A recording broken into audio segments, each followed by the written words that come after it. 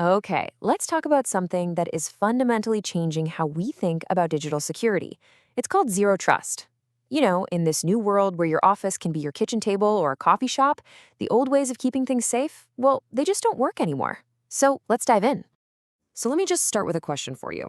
Is it possible that your home office, yeah, that comfy setup you've got, is actually the single biggest security risk your company is dealing with right now? It sounds a little crazy, right? But honestly, it gets to the absolute core of our new digital reality. You see, for decades, cybersecurity was thought of kind of like a medieval fortress. Companies built this massive wall, a digital moat, around their office network. And the rule was simple. If you were inside the castle, you were trusted. If you were outside, you weren't. Easy enough. But what happens when the kingdom isn't one building anymore? When it's spread out across thousands of homes? Well, today, a single hacked laptop in someone's living room can be the secret tunnel an attacker uses to walk right into the crown jewels. Those old castle walls, they're basically gone. And this brings us to a really stark conclusion. When it comes to protecting a modern remote workforce, the castle has well and truly fallen. Let's just put this side by side for a second. The old way was all about a strong perimeter, and it assumed that anyone inside was automatically trustworthy. Simple. But the new reality? The perimeter has completely vanished. And because of that, you just can't assume someone is safe just because of where they're logging in from. And this blows up a really important concept called the attack surface. Just think of it as every single door, window, or crack that a hacker could possibly use to get in. With thousands of employees working from home on countless different networks and devices, that attack surface hasn't just grown, it has absolutely exploded. And this isn't just some theoretical IT problem. This massive new risk, it comes with a very real and, frankly, a very large price tag. What kind of price tag are we talking about? Well, it can easily be over $1 million. So where does that number even come from?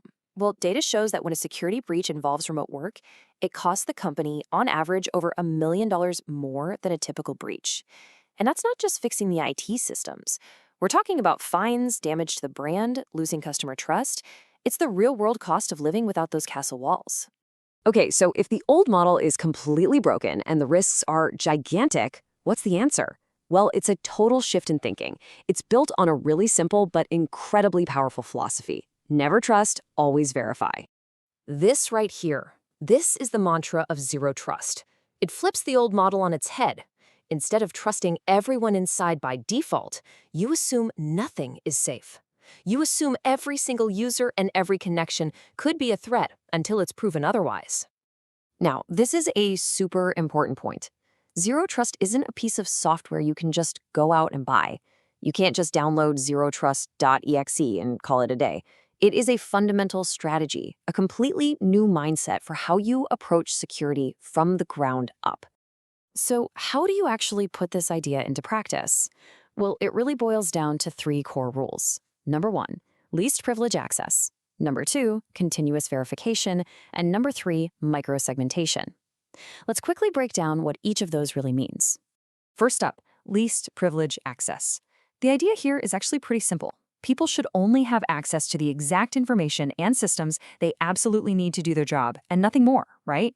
A marketing intern has no business being in the company's financial records. That way, if their account ever gets hacked, the damage is contained. The hacker can't just wander over to more valuable stuff. Second, continuous verification. See, security isn't just a one-time login when you start your day. A zero-trust system is always asking questions.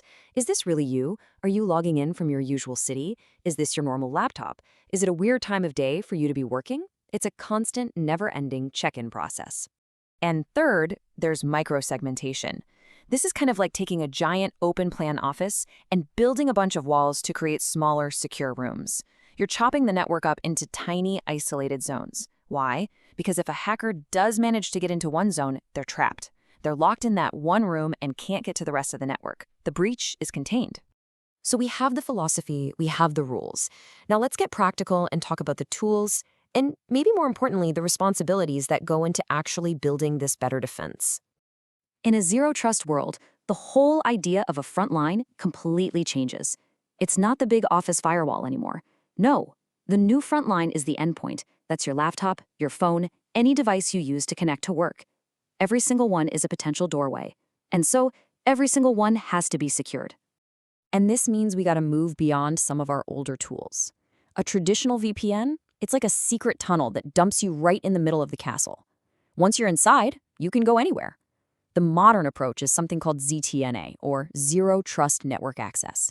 Think of that as a key that only opens one specific door, to one specific room, and only for as long as you need it.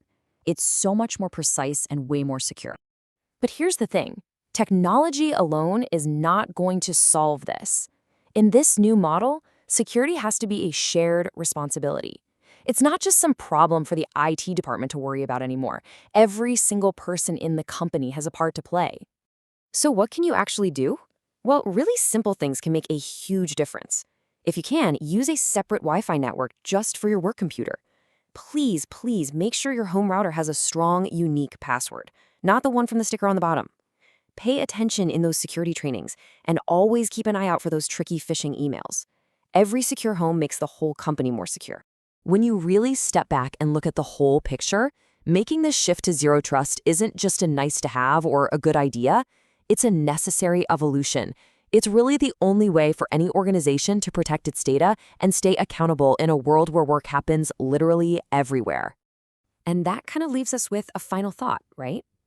As the walls of our digital castles have all crumbled away, have we stumbled upon a new definition of trust itself? Maybe one that isn't just given away freely anymore, but one that has to be earned over and over, moment by moment, through constant verification.